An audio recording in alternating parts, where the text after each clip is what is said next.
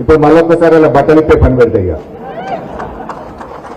అది మా సంగారెడ్డి జర్నలిస్టుల సాక్షిగా, రాష్ట్ర ప్రజల సాక్షిగా, మా సంగారెడ్డి బీఆర్ఎస్ కుటుంబ సభ్యుల సాక్షిగా వాళ్ళ కథ ఏందో, వాళ్ళ మాటలు ఏందో, వాళ్ళ లెక్క ఏందో ఒక్కసారి చెప్పుదామని అనుకుంటున్నా ఇక. సరే నిన్న ఏమైందో మీరు అందరు చూసినారు. రెండు భాగాలు కానీ ఇది ఒకటి. వాళ్ళ జూపల్లి మళ్ళీ మాట్లాడినాక ఆయన సంగతే చెప్తా. నిన్న జూపల్లి కృష్ణారావు గారు మన కేటీఆర్ గారు మాట్లాడితే 11 గంటలకు తెలంగాణ భవన్ వస్తున్నా చూసుకుందాం, నేను చెప్పింది తప్పైతే అక్కడే రాజీనామా చేసుకోతా అని డైలాగ్ కొట్టిండా.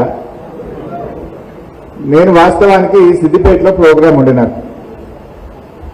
సరే కేటీఆర్ గారు ఫోన్ చేసి జూపల్లి వస్తుంది కదా మీరు కూడా రండి, మీరు ఆర్థిక మంత్రి, మీరైతే బరాబర్ ఉంటుంది రండి అంటే నేను బయలుదేరి ప్రోగ్రాంలన్నీ క్యాన్సిల్ చేసుకొని హైదరాబాద్ పోయింది.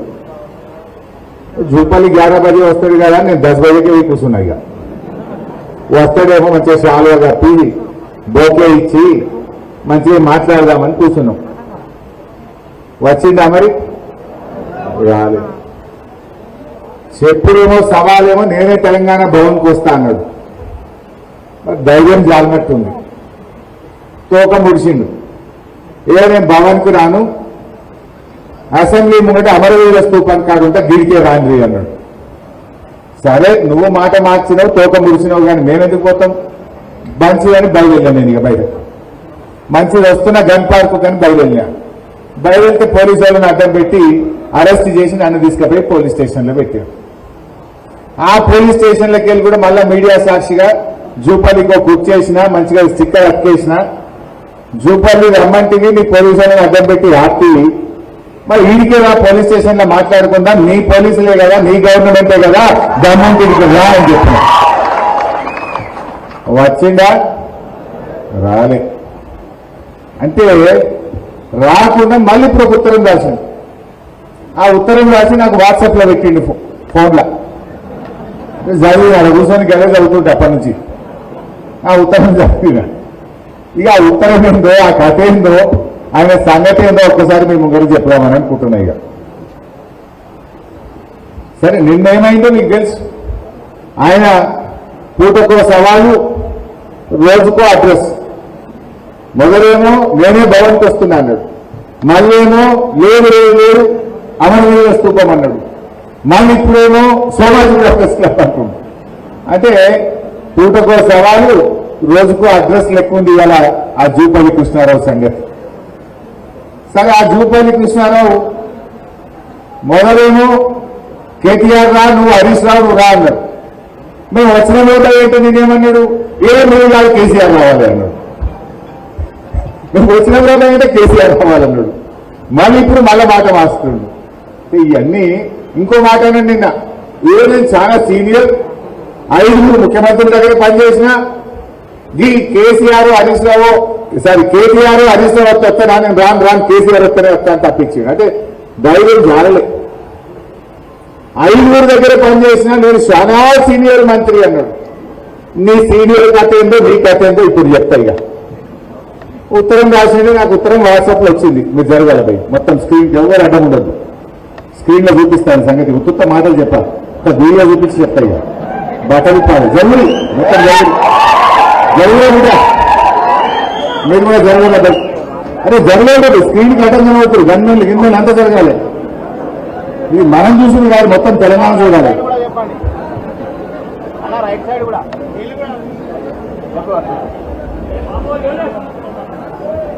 రైట్. జూపల్లి కృష్ణారావు ఇవాళ ఉత్తరంలో ఏం రాసింది అంటే, బాబు మీరు కూడా జరగాలి బిడ్డ, అంటే వాళ్ళ బుద్ధిమంతులు వాళ్ళు కూర్చున్న వాళ్ళకి కనబడాలి కదా బిడ్డ, జర ప్లీజ్. ఇవాళ ఆమె కింద కూర్చోడు, ఏమనుకోకపోతే ఎంత జరుగు. మీకు కనబట్టలేదా? మీరు అంతా ఇక తప్పదే కావాలి, ఏమనుకోలేదు వాళ్ళు కనబడతారు. చలో అన్న నూరా వాళ్ళు పోతున్నారు.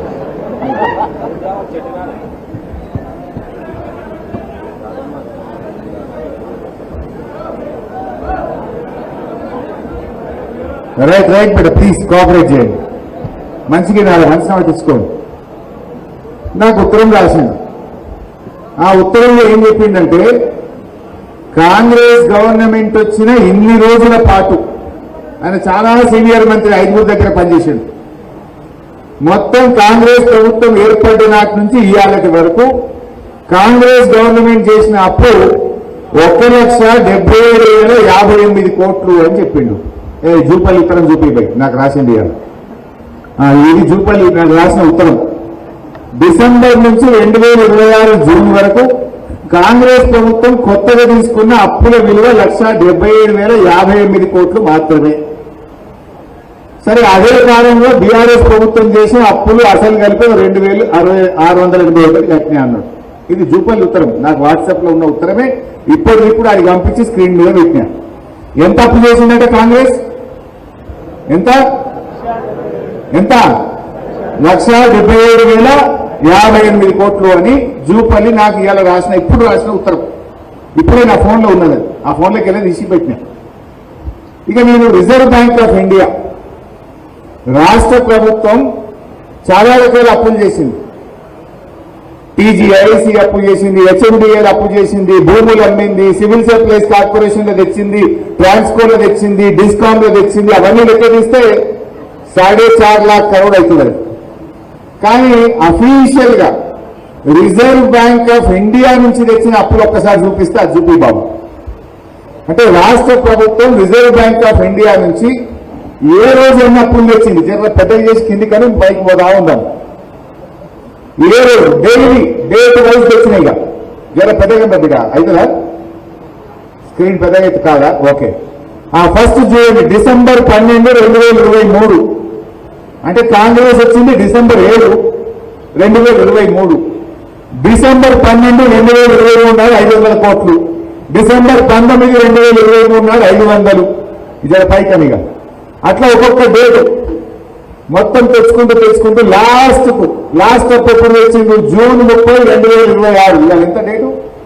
జూలై 3 తారీఖు. లాస్ట్ అప్పు ఎప్పుడు తెచ్చిందంటే జూన్ 30, 2026 నాడు 2,000 కోట్ల అప్పు తెచ్చిండు. అని 175వసారి రిజర్వ్ బ్యాంక్ ఆఫ్ ఇండియాలో తెచ్చిన ఎఫ్ఆర్బిఎం అప్పు. మొత్తం పూర్తి ఎంత ఏమవుతుందా? 1,86,067 కోట్లు. ఇది నాది కాదు statement, reserve bank of India.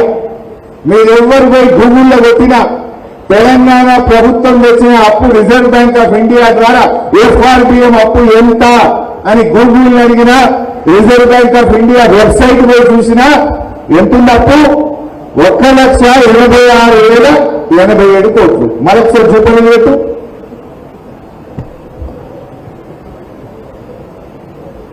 Jupally పెట్టు. ఇది 1,86,000 ఏం చెప్పింది Reserve bank of India. Jupally ఏం చెప్పిండు అంటే 10,000 కోట్లు మింగిందా? ఇది ఒక్క ఎఫ్ఆర్బిఎం అప్పుడు అన్ని కలిపితే కథ వేరు. ఇంకొక డాక్యుమెంట్ చూపిస్తాయి. ఇక రేవంత్ రెడ్డి మొన్న అసెంబ్లీలో నేను గట్టిగా పట్టుకున్నా, నువ్వు చాలా అప్పులు చేసినావని మాట్లాడంగా డేట్ కూడా చెప్తా. మీరు అసెంబ్లీ గూగుల్ కోసి కొట్టండి. మార్చి 18, 2026 అసెంబ్లీలో మేము గట్టిగా నిలదీస్తే రేవంత్ రెడ్డి మాట్లాడిన వీడియో చూపిస్తా. మార్చి 18, 2026 నాడు అసెంబ్లీలో రేవంత్ రెడ్డి మాట్లాడుతూ మా గవర్నమెంట్ 27 నెలల్లో చేసిన అప్పు 3,47,000 కోట్ల 294 కోట్లు అని చెప్పాడు. రేవంత్ రెడ్డి అసెంబ్లీలో చెప్పిన మాట 3,47,294 కోట్లు అప్పు చేసినాము అని అసెంబ్లీలో రేవంత్ రెడ్డి చెప్పిండు. ఈ మాట 5 నెలల కిందిది. ఇంక 5 నెలలు కలిపితే 4.5 లక్షలు అవుతుంది. 5 నెలల కిందనే అసెంబ్లీలో రేవంత్ రెడ్డి ఏం చెప్పిండో ఒక్కసారి ఆ వీడియో చూద్దాం. 3,47,294 కోట్లు మేము అప్పు చేసినాం అధ్యక్ష. ఎప్పటి నుంచి? 1/12/2023 నుంచి అధ్యక్ష. బాగా సభ్యులంగా వినాలి. 28/2/2026 వరకు దాదాపుగా ఈ 27 నెలలలో మేము తెచ్చిన అప్పు 3,47,294 కోట్లు అధ్యక్ష. మేము తెచ్చిన అప్పుతో ఇవన్నీ కలిపితే 3,47,294 కోట్లు మేము అప్పు చేసినాం అధ్యక్ష. జూపల్లి ఎంత చెప్పింది కదా, ఎంత మళ్ళీ చెప్పారు జూపల్లి. ముఖ్యంగా రేవంత్ రెడ్డి ఏమన్నాడు, 3,47,000. అది ఎన్ని రోజులలో, 27 నెలల గవర్నమెంట్. అంటే ఇది ఏ తారీఖు చెప్పిందంటే జూన్ 18 నాడు చెప్పిన మాట. సారీ, మార్చి 18 నాడు చెప్పింది. ఇయర్ ఎంత డేటు, జూలై 3. అంటే ఏప్రిల్, మే, జూన్, జూలై 4 నెలలు అయింది కదా. ఇంక 4 నెలలు కలిపితే 4,500,000 అవుతుంది. 4 నెలల కిందనే రేవంత్ రెడ్డి 3,47,294 కోట్లు అప్పు చేసినా అని ఎక్కడో చెప్పలే, నిండు అసెంబ్లీలో చెప్పిండు. మరి జూపల్లి ఏమంటుంది, 1,77,58 కోట్లు. ఇప్పుడు ఎవరిని కరెక్టు, రేవంత్ రెడ్డి కరెక్టా, జూపల్లి కరెక్టా? మీ రిజర్వ్ బ్యాంక్ ఆఫ్ ఇండియా పే 1,86,000 ఉంది, అన్ని కలిపితే 3,47,000 చేసిన అని రేవంత్ రెడ్డి చెప్పిండు. జూపల్లి ఏమన్నాడు అంటే ఇప్పుడు ఎవరు రాజీనామా చేయాలి, ఎవరు చేయాలి రాజీనామా? పాలమూరు బిడ్డలైతే, పౌరుషం ఉంటే, సీను వ్యక్తులుంటే తక్షణమే రాజీనామా చేయిస్తారు జూపల్లి.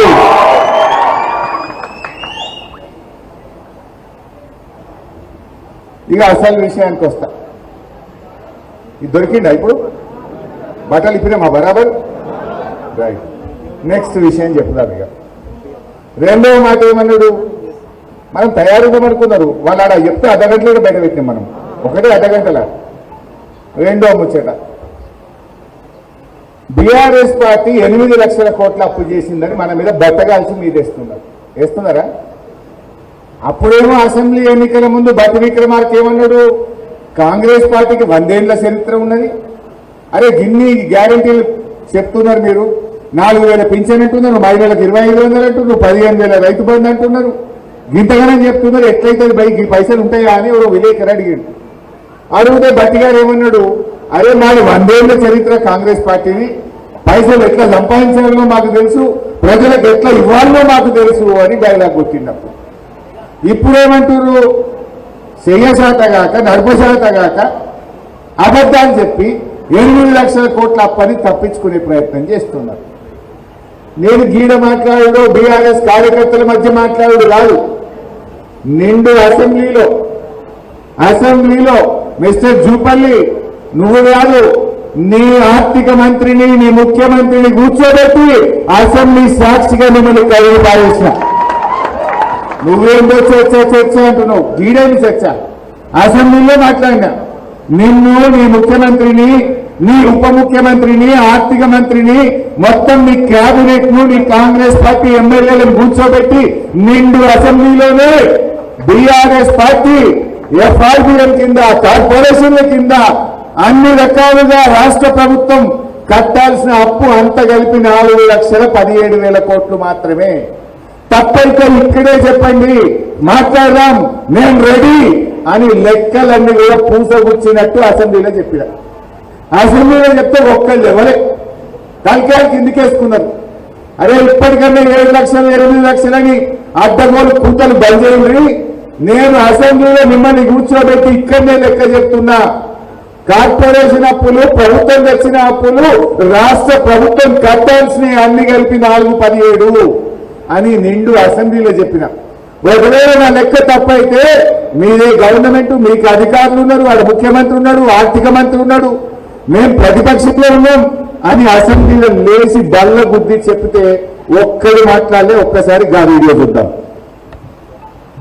ప్రభుత్వ 10 ఏళ్ల కాలంలో రాష్ట్ర ప్రభుత్వం కట్టే అప్పు మేము చేసింది కేవలం 4,17,000 కోట్లు మాత్రమే, including FRBM loan, Kaleshwaram loan, mission Bhagiratha loan, corporation అప్పు తీసుకొని రాష్ట్ర ప్రభుత్వం కట్టేది కూడా కలుపుకొని 4,17,000 మాత్రమే. దీని మీద ఎప్పుడు ఎక్కడ ఏ టీవీ డిబేట్ అయినా, ఎక్కడ బహిరంగ చర్చకైనా, ప్రజల మధ్యనైనా, శాసనసభలోనైనా రెడీ ఫర్ డిస్కషన్ అధ్యక్ష. అధ్యక్ష, ఈ పాలన వీళ్ళ 2 ఏళ్ల పాలన, ఈ 2 ఏళ్ల పాలనలో అధ్యక్ష 2025-26లో బడ్జెట్ లో ఏం పెట్టారంటే 67,339 కోట్లు అప్పు తీసుకున్నామని పెట్టారు. అది యాజ్ ఆన్ February 28 పెట్టినారు.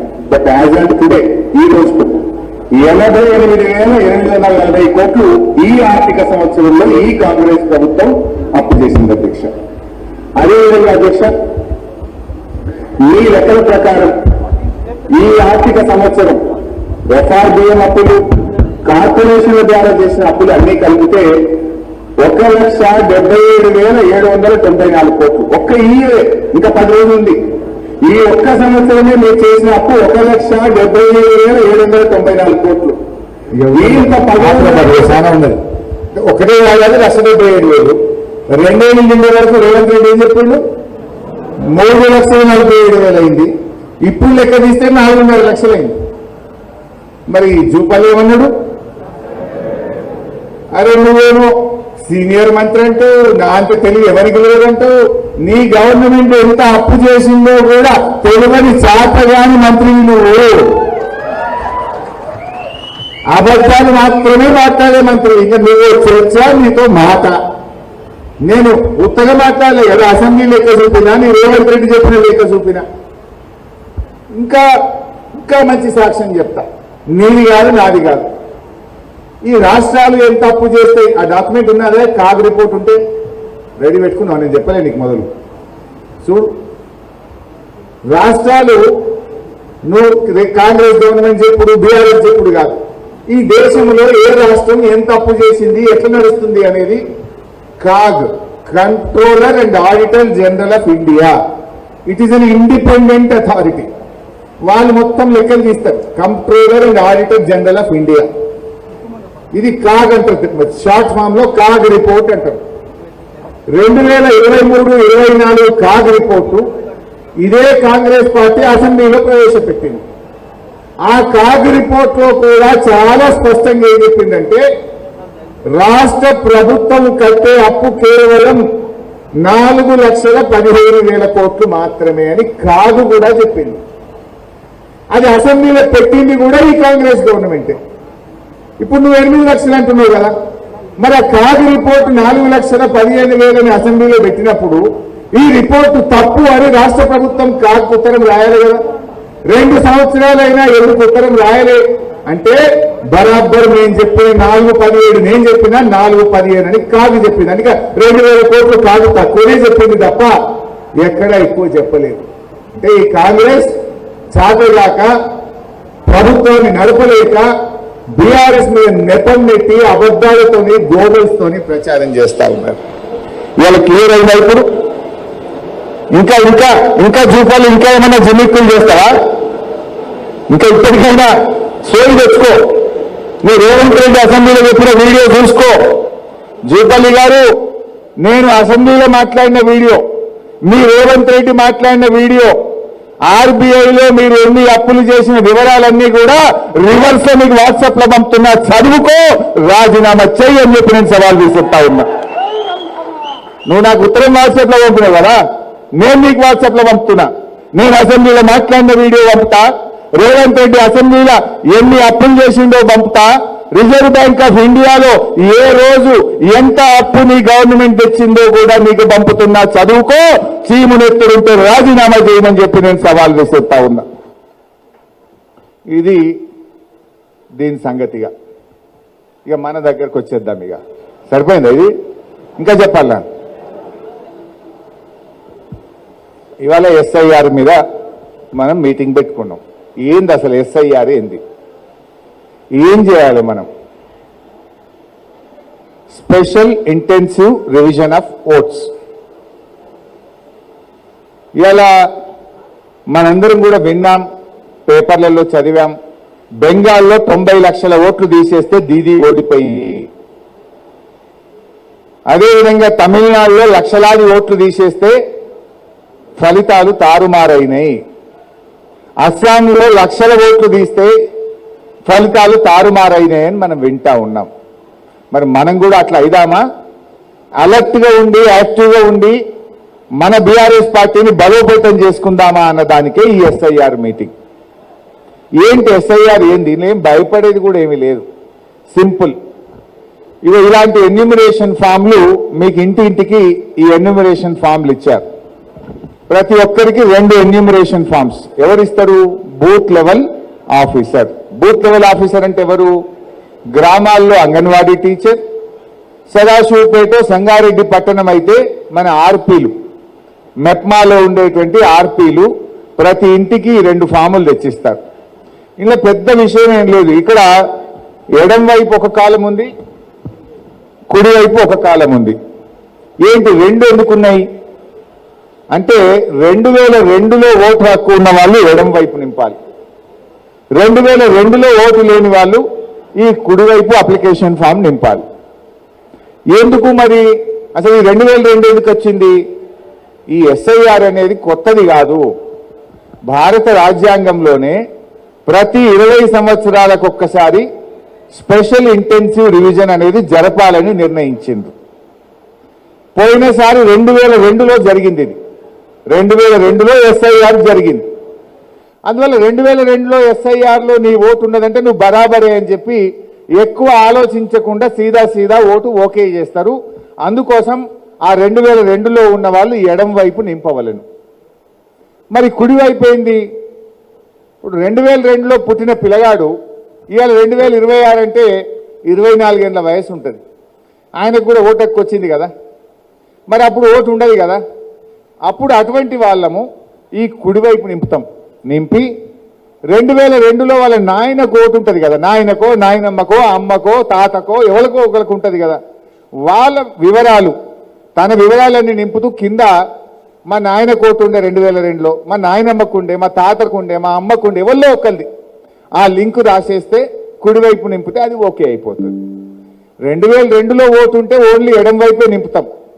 2002లో లేకపోతే కుడివైపు నింపి ఎవరన్నా నీ కుటుంబ సభ్యుడితో నీ లింక్ చూపియాలి.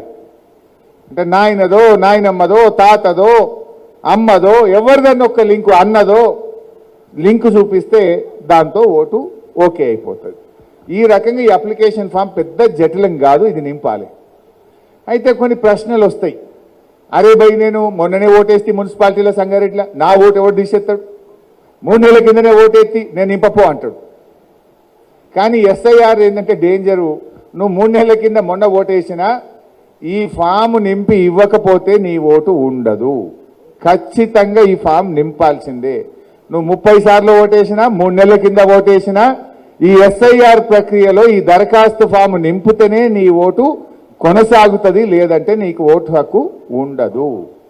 ఇది అర్థమయ్యేటట్టుగా ఓటర్లకు మనం వివరించాలి.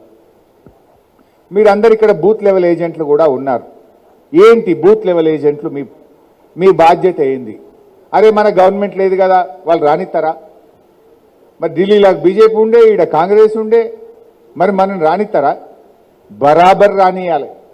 ఇది ఎన్నికల కమిషన్ దేశంలోని అన్ని రాజకీయ పార్టీలకు రాజ్యాంగబద్ధంగా కల్పించిన హక్కు.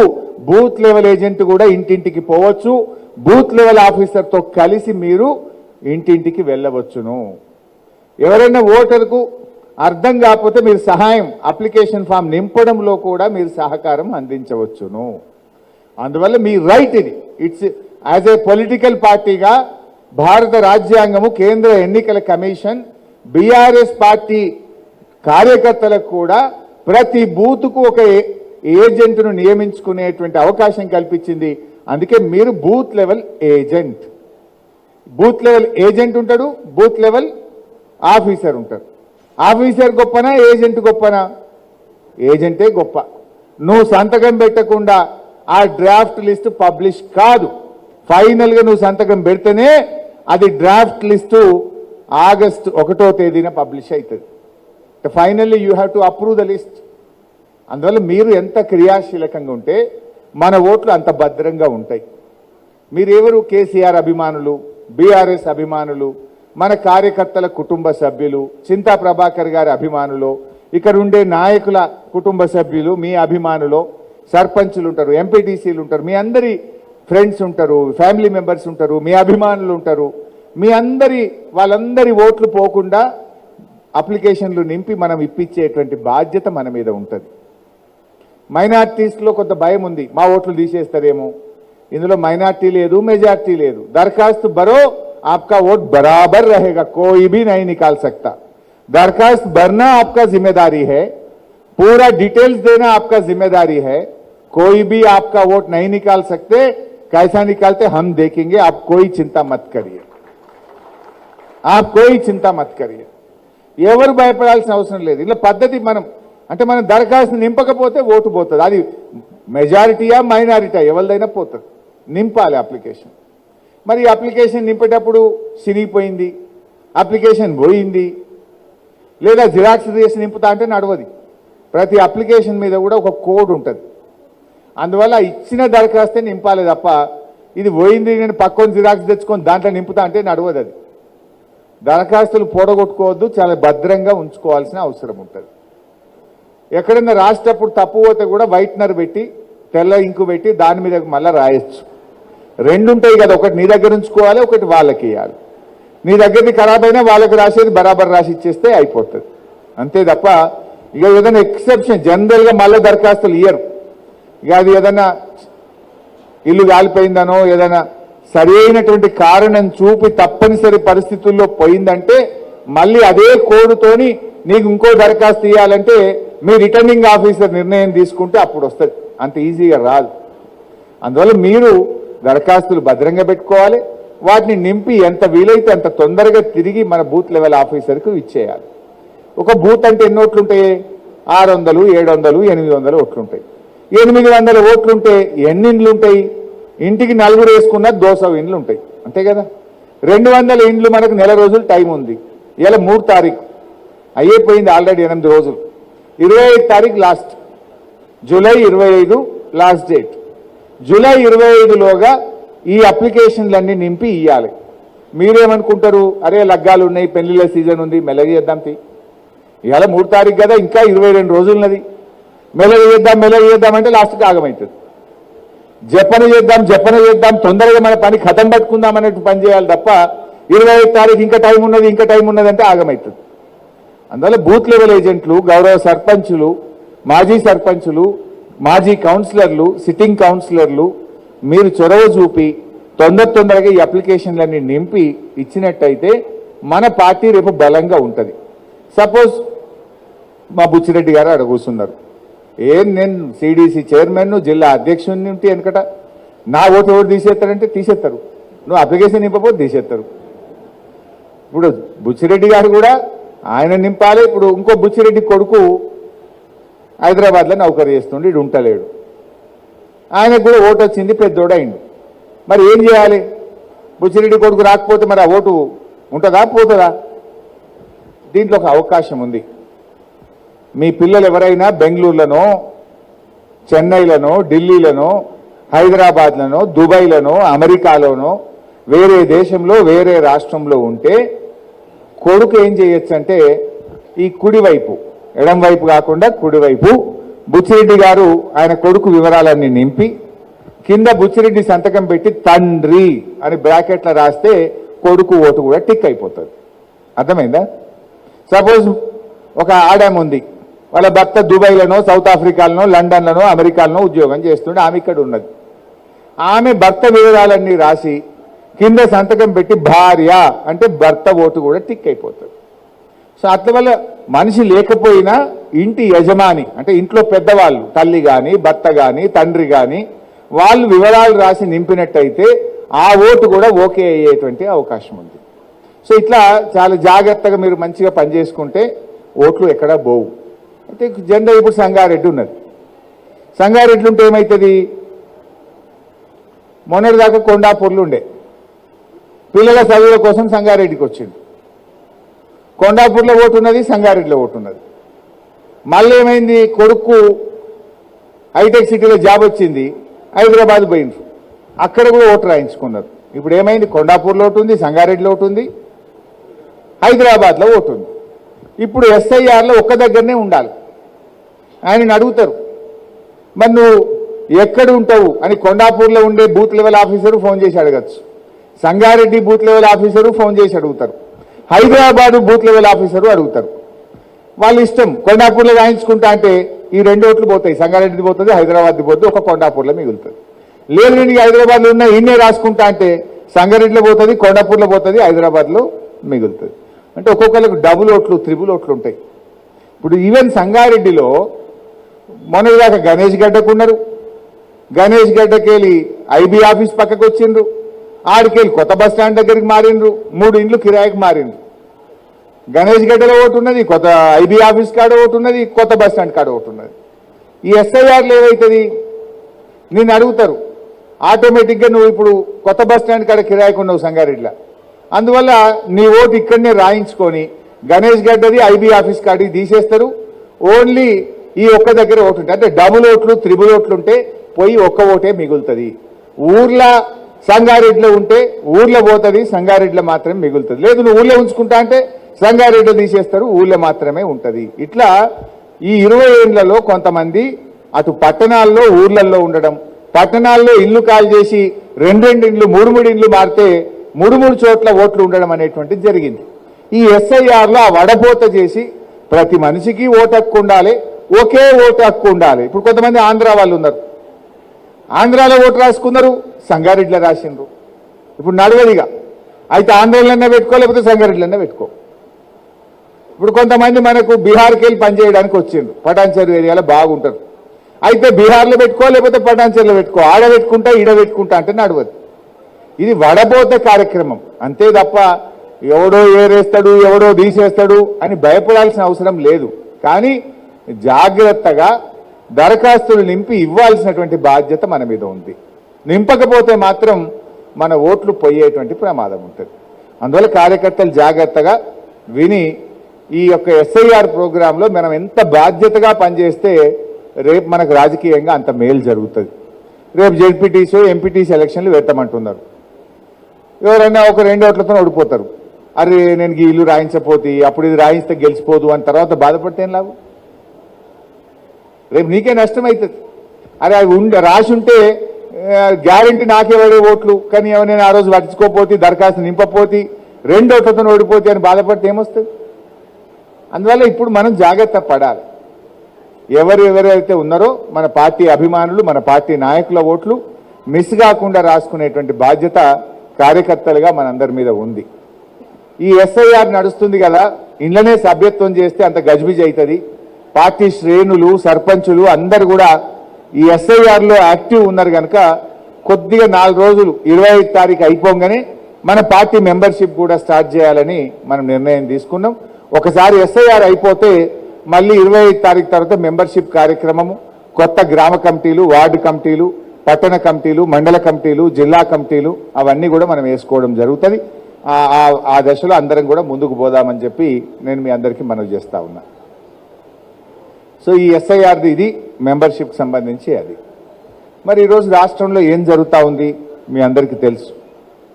ఇలా ముఖ్యంగా బీఆర్ఎస్ హయాంలో మన సంగారెడ్డికి, మన సదాశివపేటకు కేసీఆర్ గారి ఆశీస్సులతో ఎస్డిఎఫ్లో డబ్బులు ఇప్పించినాం. కాంగ్రెస్ వచ్చినాక కొత్తగా వచ్చిందేం లేదు, కేసీఆర్ గారు ఇచ్చిన ఎస్డిఎఫ్ డబ్బులన్నీ వాపసు పోయినటువంటి పరిస్థితి. సంగమేశ్వర బసవేశ్వర ప్రాజెక్టు 4 లక్షల ఎకరాలకు నీళ్లు ఇచ్చే ప్రాజెక్టును ఇలా కాంగ్రెస్ పార్టీ దాన్ని అటకెక్కించింది, బంద్ చేసింది. ఇలా మన నారాయణ ఖేడ్, మన ఆందోళ్, మన జహీరాబాద్, మన సంగారెడ్డి, మన పటాన్చెరు 5 నియోజకవర్గాలను సస్యశ్యామలం చేసేటువంటి బసవేశ్వర సంగమేశ్వరను ఆనాడు కేసీఆర్ గారు రూపొందిస్తే ఇవాళ కాంగ్రెస్ పార్టీ దాన్ని పక్కకు పెట్టి ఈ సంగారెడ్డి జిల్లాకు తీవ్రమైన అన్యాయం చేస్తా ఉంది. రేవంత్ రెడ్డి 2-3 సార్లు వచ్చిండు, జైరాబాద్కి వచ్చిండు, జిల్లాలో తిరిగిండు. ఒక్కనాడు సంగమేశ్వర మాట్లాడాడు, బసవేశ్వర మాట్లాడాడు, ఈ జిల్లా కాంగ్రెస్ ఎమ్మెల్యేలు మాట్లాడరు, జిల్లాలో ఉన్న మంత్రి అసలే మాట్లాడాడు. అంటే ఇవాళ ఎందుకు బంద్ చేసిండ్రు?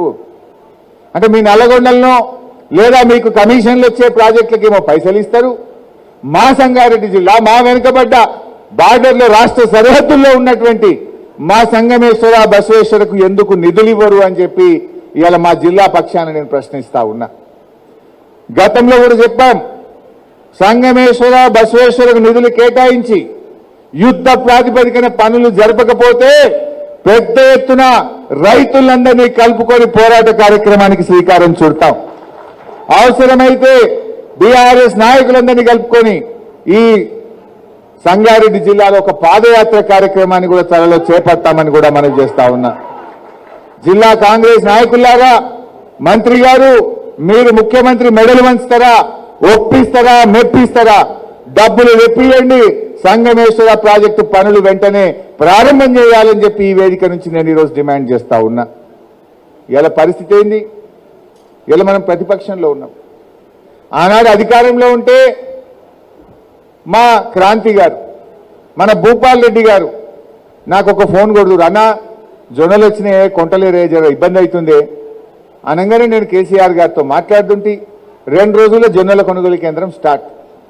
మా చింతన్న ఫోన్ చేస్తుండే, శనగలు బాగా వచ్చినాయి, ఈసారి ధర లేదు మార్కెట్లో, సెంటర్ పెట్టాలి అనగానే కేసీఆర్ గారితో మాట్లాడుతుంటే 2 రోజుల్లో శనగల కేంద్రం పెడదాం. ఇలా పరిస్థితి ఏంది? బీఆర్ఎస్ పోరాడితే తప్ప, రోడ్లు ఎక్కితే తప్ప, ధర్నా చేస్తే తప్ప ఇలా కొనుగోలు కేంద్రాలు పెట్టలేరు. ఆ శనగలు కూడా ఏం చేసిండ్రు? కేంద్ర ప్రభుత్వం పండిన పంటలో సారణ కొనమన్నదట, సారణ కొన్నారు, బంద్ పెట్టిండ్రు. అంతేనా? కేటీఆర్ గారు కూడా వచ్చిపోయిండ్రు, నేను కూడా వచ్చి డిమాండ్ చేసినాం.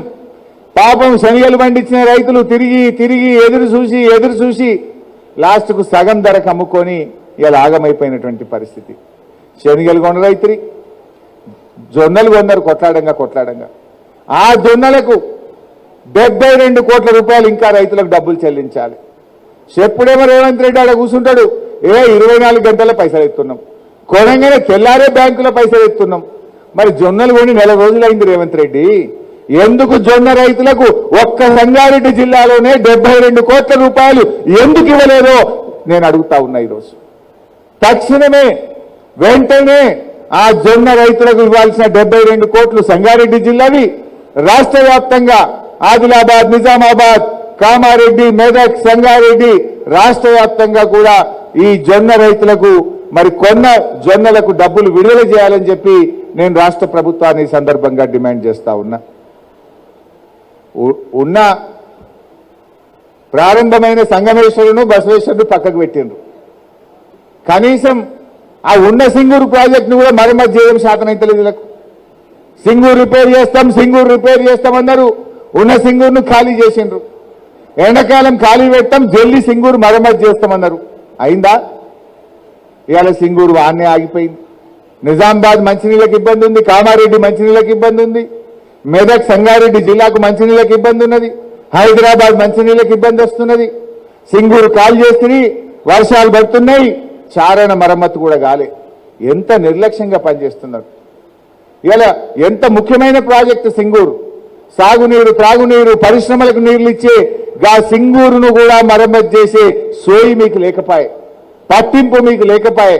గిన్ని రోజులైనా ఈ రోజు వరకు ఇలా సింగూరు ప్రాజెక్టు కనీసం మరమ్మతు కూడా నోచుకోనటువంటి పరిస్థితి ఉన్నది. అదేవిధంగా ఆనాడు కాంగ్రెస్ పార్టీ మేనిఫెస్టోలో దళితులకు, గిరిజనుల భూములకు పట్టాలు ఇస్తామన్నారు. ఎస్సీ ఎస్టీలకు, అసైన్డ్ భూములకు, బీసీల భూములకు పట్టాలు ఇస్తామన్న కాంగ్రెస్ ఇవాళ వాళ్ళ భూములన్నీ గుంజుకుంటున్నారు. ఒక సంగారెడ్డి నియోజకవర్గంలో 700 ఎకరాల అసైన్డ్ భూమిని ఇవాళ ఎస్సీ ఎస్టీల దగ్గర లాక్కుంటా ఉన్నారు.